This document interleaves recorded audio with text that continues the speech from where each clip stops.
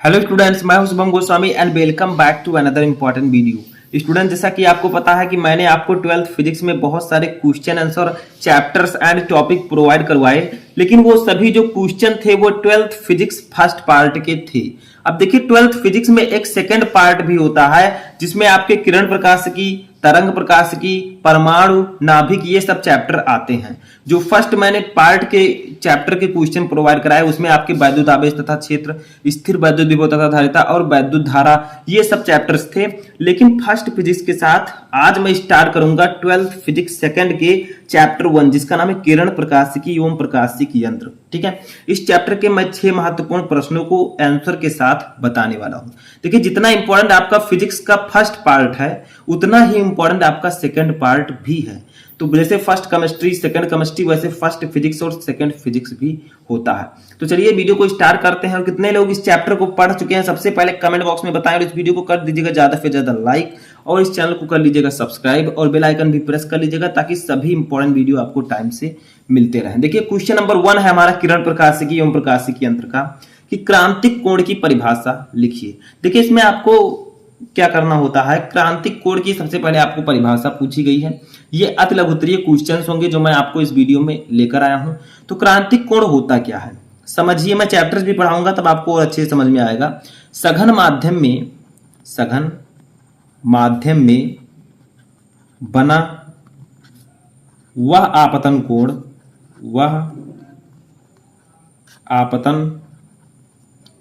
कोण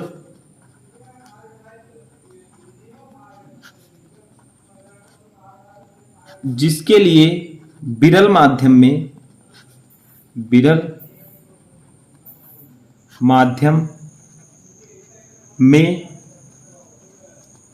अपवर्तन कोण 90 डिग्री हो तो क्या कहलाता है, वो क्रांतिक कोण कहलाता है। क्रांतिक कोण कहलाता है। ठीक है, तो क्या कहा गया है कि सघन माध्यम में बना वह आपतन कोण जिसके लिए विरल माध्यम में अपवर्तन कोण 90 डिग्री हो वो क्रांतिक कोण कहलाता है।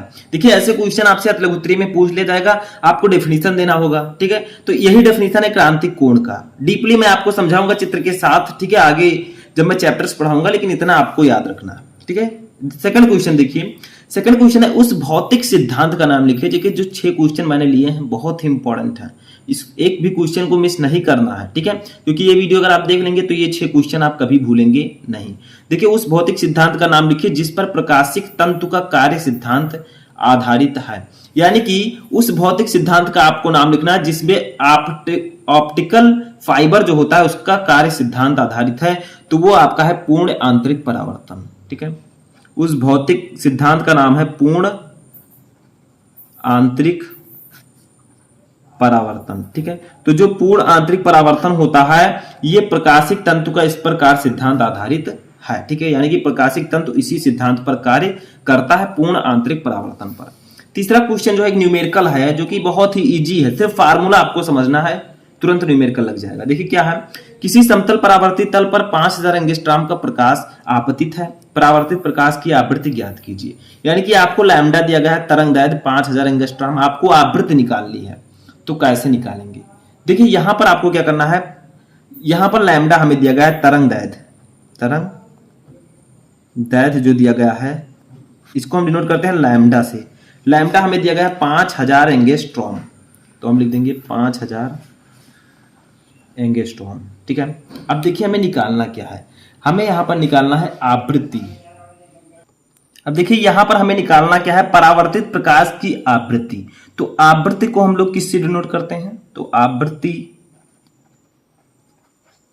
को हम न्यू से डिनोट करते हैं। ठीक है, आवृत्ति को हम किससे डिनोट करते हैं, न्यू से। तो न्यू इक्वल टू ये कुछ वी के आकार का ऐसे बनता है, तो न्यू इक्वल टू होगा आपका, ये हमें निकालना है। तो एक फार्मूला होता है उसी को आप लोग याद रखिएगा, उसी से आपका ये आवृत्ति निकल आएगा। तो देखिए म्यू इक्वल टू होता है परावर्तित प्रकाश की आवृत्ति, mu equal to c upon lambda. ठीक है, mu equal to c upon lambda, ये एक फार्मूला होता है। जहां सी क्या है, सी है प्रकाश की चाल। ठीक है, सी क्या है, प्रकाश की चाल। और प्रकाश की चाल इक्वल टू होता कितना है? तो प्रकाश की चाल जो होती है वो आप लोग याद रखिएगा, वो होती है 3 गुणे 10 के पावर 8 मीटर प्रति सेकंड। ठीक है, 3 गुणे 10 के पावर 8 मीटर प्रति सेकंड इसकी वैल्यू होती है। देखिए लैम्डा हमारा 5000 एंगस्ट्रॉम है, इसे हम मीटर में बदलें तो ये हो जाएगा 5000 गुणे 10 के पावर -10 मीटर। ठीक है, क्योंकि जब आप एंगस्ट्रॉम को किस में बदलेंगे? मीटर में, तो 10 की पावर -10 से गुणा करना होगा, तो 10 की पावर -10 मीटर हो जाएगा। ठीक है, यहां पर हम वैल्यू रखेंगे इसकी, तो आपका म्यू इक्वल टू हो जाएगा, थोड़ा चिन्ह अच्छा से नहीं बना, तो सी है हमारा 5000 गुणे 10 की पावर -10 अपान लैम्डा हमारा है, सॉरी सी हमारा कितना है, सॉरी यहां पर तो ये गलती, सी कितना है? प्रकाश की चाल 3 गुणे 10 की पावर 8। ठीक है, और हमारा लैम्डा जो है वो है कितना? 5000 गुणे 10 के पावर -10। ठीक है, इतना हमें दिया गया है। अब क्या करेंगे, इसी को हम सॉल्व कर लेंगे। समझ में आ रहा है? सिंपल है। देखिए यहाँ पर सी की वैल्यू कितनी रखी हमने? 3 गुणे 10 की पावर 8 मीटर पर सेकेंड इसकी वैल्यू होती है, और तरंग जो लैम्डा होता है वो 5000 एंगस्ट्रॉम यानी कि 5000 गुणे 10 की पावर -10। अब इसको सॉल्व कर लेंगे।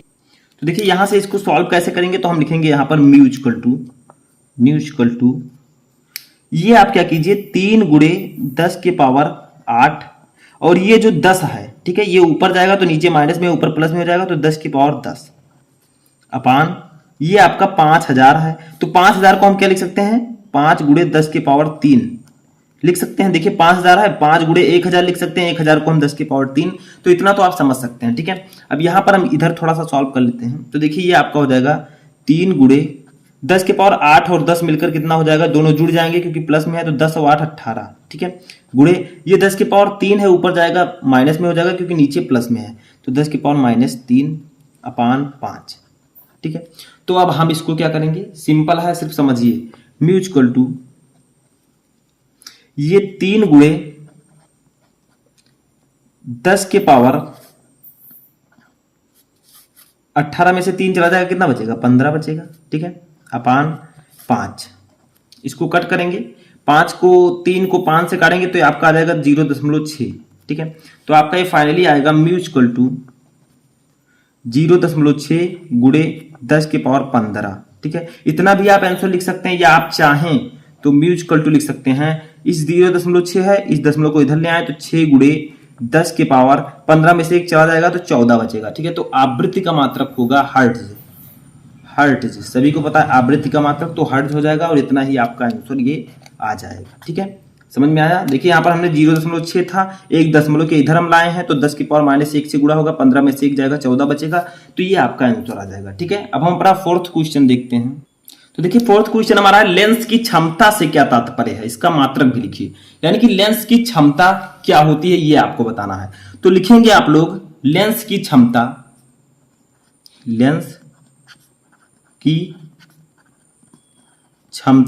उसकी मीटर में नापी गई फोकस दूरी के व्युत्क्रम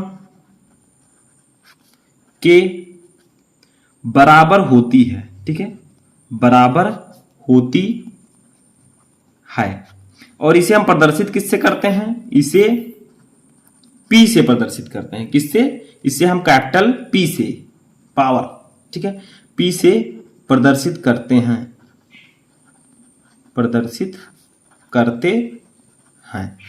ठीक है, इसका सूत्र क्या होगा? तो देखिए लेंस की क्षमता P इक्वल टू 1/f। देखिए व्युत्क्रम का आ गया तो 1/f, वो भी किसमें? मीटर में। ठीक है, किसमें? मीटर में। तो यही हो जाएगा इसका फार्मूला। समझ में आया? लेंस की क्षमता का formula P equal to 1/f metre में, यानी कि लेंस की क्षमता उसकी मीटर में मापी गई फोकस दूरी के व्युत्क्रम के बराबर होती है। तो देखिए मीटर में मापी गई फोकस दूरी, f है फोकस दूरी, ये मीटर में है, तो P इक्वल टू 1/f। ठीक है, ये फार्मूला हो जाएगा। मात्रक अगर इसकी बात की जाए तो इसका मात्रक हो जाएगा डायोप्टर। क्या हो जाएगा? डायोप्टर, और डायोप्टर को हम लोग डिनोट करते हैं कैपिटल डी से। तो ये हो जाएगा इसका मात्रक। ठीक है, तो इतना समझ में आया। जो पूछा गया था वो हमने जाना कि लेंस की क्षमता उसकी मीटर में मापी गई फोकस दूरी के व्युत्क्रम के बराबर होती है, P = 1/f मीटर में। इसका मात्रक डायोप्टर होता है। ठीक है, फिफ्थ क्वेश्चन देखते हैं। फिफ्थ क्वेश्चन है प्रिज्म के पदार्थ के अपवर्तनांक का सूत्र लिखिए, प्रयुक्त प्रतीकों का अर्थ बताइए। यानी कि प्रिज्म के पदार्थ का अपवर्तनांक जो n होता है उसका फार्मूला क्या होता है। तो देखिए n = एक बड़ा फार्मूला होता है sine a plus del m। ठीक है, del m upon 2 sine a plus del m by 2 upon sine a by 2, sine a by 2। ये फार्मूला होता है प्रिज्म के पदार्थ के अपवर्तनांक का। देखिए फार्मूला दिखने में बड़ा लग रहा है, मैंने और बड़ा लिख दिया है। ठीक है, लेकिन दिक्कत नहीं है, इस फार्मूले को याद रखिएगा। n = sine a plus del m by 2 upon sine a by 2, जहां डेल m क्या है, देखिए a क्या है, डेल m क्या है, तो a आपका है प्रिज्म कोण। a = प्रिज्म कोण इसे हम बोलते हैं। अब बात आती है कि डेल m क्या है। ये डेल m क्या है, तो डेल m है आपका अल्पतम विचलन कोण, अल्पतम विचलन कोण। ठीक है, तो डेल m आपका है अल्पतम विचलन कोण। तो आप लोग याद रखिएगा कि प्रिज्म के पदार्थ के अपवर्तनांक का सूत्र होता है n = sine a plus del m by 2 upon sine a by 2, जहां a है प्रिज्म कोण, डेल m है अल्पतम विचलन कोण। इतना याद रखिएगा। ठीक है, लास्ट वन क्वेश्चन हमारा इसमें आता है, संपर्क में रखे दो पतले लेंसों के संयोजन की फोकस दूरी एवं क्षमता का सूत्र लिखिए। तो देखिए संपर्क में अगर दो लेंस रखे हैं तो इसका सूत्र होगा 1/f = 1/f1। दो लेंस है तो प्लस 1/f2। ये तो हो जाएगा फोकस दूरी का सूत्र। ठीक है, अगर संपर्क में रखे हैं दो लेंस तो उनकी फोकस दूरी का फार्मूला ये होगा। अब चूंकि P = 1/f होता है तो हम इस फार्मूले को इस प्रकार से लिख सकते हैं, P = P1 + P2। ठीक है, P1 + P2 ये हो जाएगा आपका क्षमता का फार्मूला। तो दोनों का फार्मूला आपका यहां पर मैंने लिख दिया है। एक तो आपका है संपर्क में लिखे दो पतले लेंसों के संयोजन की फोकस दूरी का फार्मूला 1/f = 1/f1 + 1/f2। एक है उनकी क्षमता का फार्मूला P = P1 + P2। समझ में आया।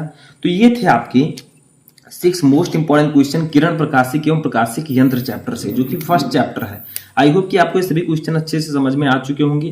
कैसा लगा आपको ये वीडियो? अगर ये वीडियो हेल्पफुल लगा हो तो इस वीडियो को लाइक करें, चैनल पर नए चैनल को सब्सक्राइब कर लें। हम मिलेंगे नेक्स्ट वीडियो में नेक्स्ट टॉपिक के साथ। तब तक आप लोग अपनी तैयारी करते रहें।